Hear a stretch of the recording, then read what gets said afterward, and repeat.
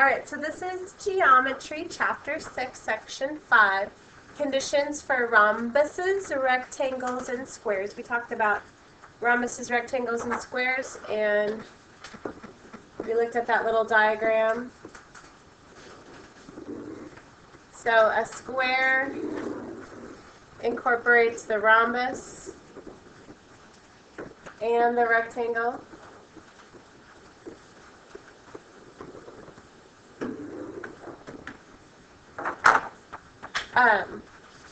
Our learning objective is to determine whether a parallelogram is a rhombus or a rectangle.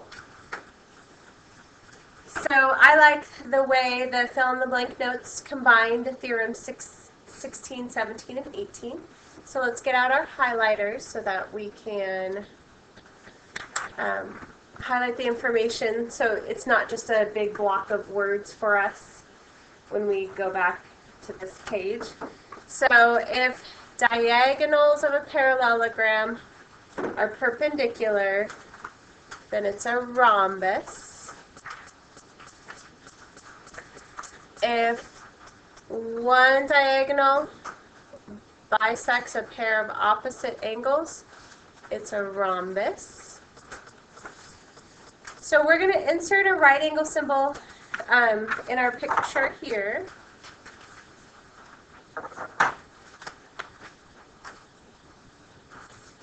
So if you look at A, B, C, D, we are going to put a right angle right here on our, where our diagonals intersect to illustrate Theorem 16. And then we're going to insert congruent marks, which are these little marks here, for 1, 2, 3, and 4 to illustrate Theorem 617. Alright, so if ABCD is a parallelogram and AC is, so we got AC is perpendicular to BD, then ABCD is a rhombus. If we have a parallelogram and angle 1 is congruent to angle 2, and angle 3 is congruent to angle 4, then we can say that this guy is a rhombus. Alright, so Theorem 618, see how he kind of gets lost in the middle of these number guys? So let's grab our highlighter. If the diagonals of a parallelogram are congruent, then the parallelogram is a rectangle. So if the diagonals are congruent, then you have a rectangle. We're going to put congruent marks and right angle symbols on our parallelogram to show the point, to show Theorem 618. So we put right angles at the corners, and then congruent marks on the diagonals. So we're going to use the diagram from number 10 to look at this statement. If ABCD is a parallelogram and BD is congruent to AC, then ABCD is a rectangle. Okay, so far we're just information gathering. We're going to circle the parallelogram that has the diagonals that are both perpendicular and congruent. So the square is the only parallelogram where you have diagonals that are both perpendicular and congruent.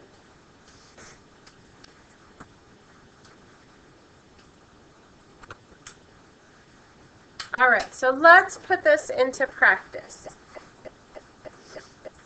I identifying special parallelograms, and I have my protractor and my straight edge. Make it smaller. So that we can draw a parallelogram and label the angles with the measures of 20, 160, 20, and 160. And we need to conclude whether it's a rhombus, a rectangle, or a square. So if you take your ruler,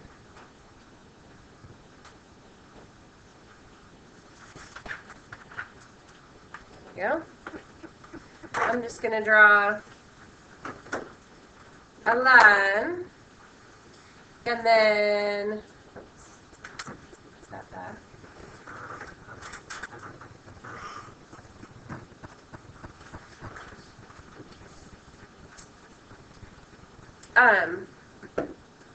So using a protractor, I'm going to put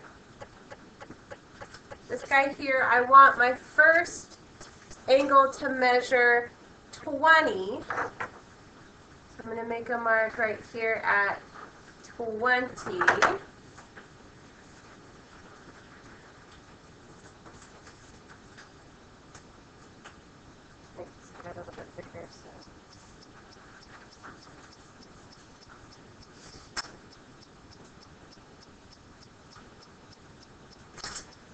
Alright, so you take your 20-degree mark and the end of your line, and you go ahead and make that 20 degrees.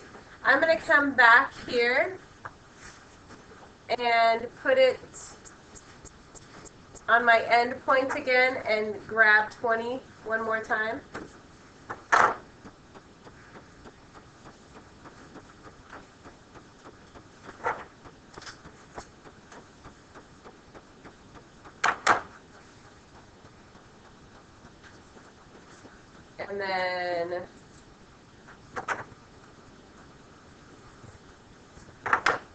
And then just to double check, I'm going to measure that this obtuse angle is 160. So you look, it's 150 here, 160 here, and then 170. So I have a nice parallelogram. These angles are 20 and 160.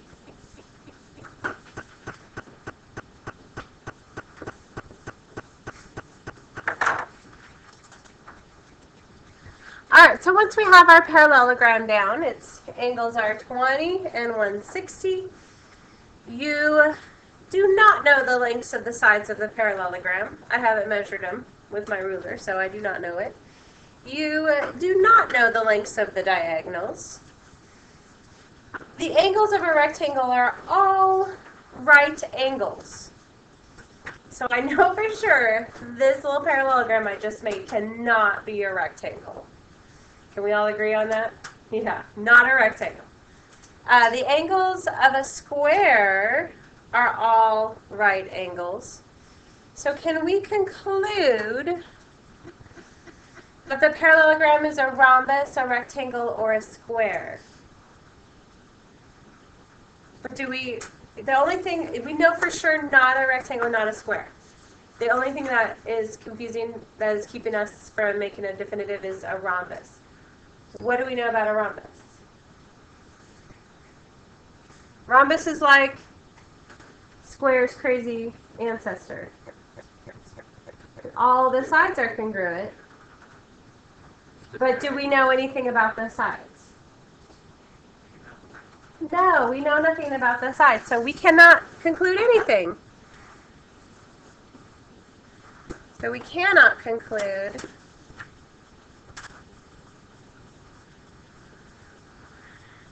that this is a rhombus,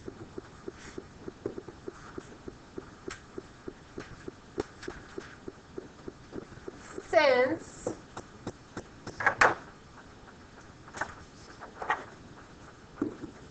we do not have information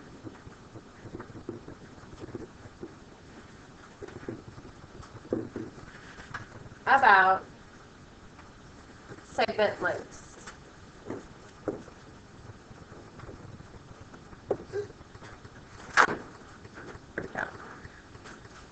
Okay, so let's look at our sample problem here. For what value of y is parallelogram DEF a rectangle? So truly, if it's a parallelogram, then the diagonals bisect each other. So that would be 5y plus 3, and this would be 7y minus 5. So for DEFG to be a parallelogram, the diagonals must bisect each other. And for DEF to be a rectangle, the diagonals must be congruent.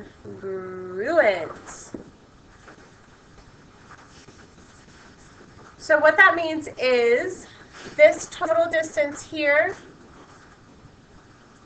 so 2 times 7y minus 5, which is DF, has to equal this distance here, EG, which is 2 times 5y plus 3.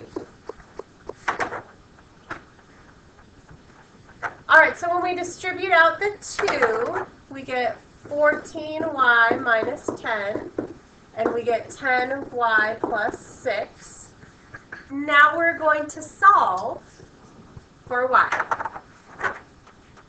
So I'm going to subtract 10y from both sides. I'm going to add 10 to both sides.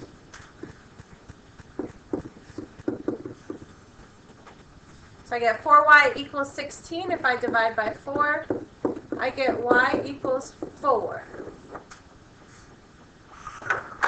And that's the value of y where this shape is a rectangle. All right, let's look at problem number 3 together. Suppose you are on the volunteer building team at the right. You're helping lay out a square play area.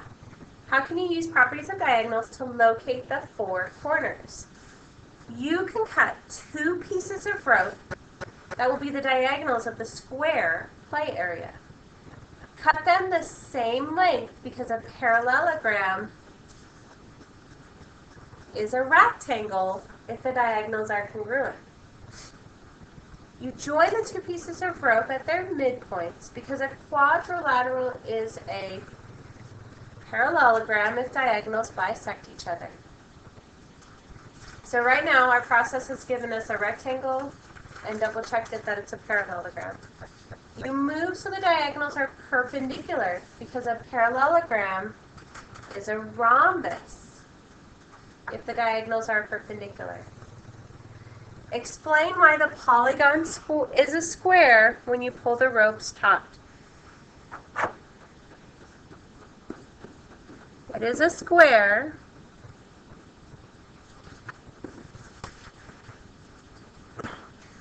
because you have a rectangle and a rhombus.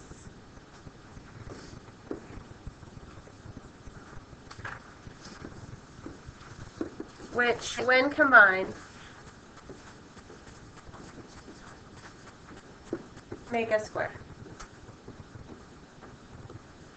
So if your quadrilateral has the properties of a rhombus and the properties of a rectangle, because of those 2 properties combined together, you get a square.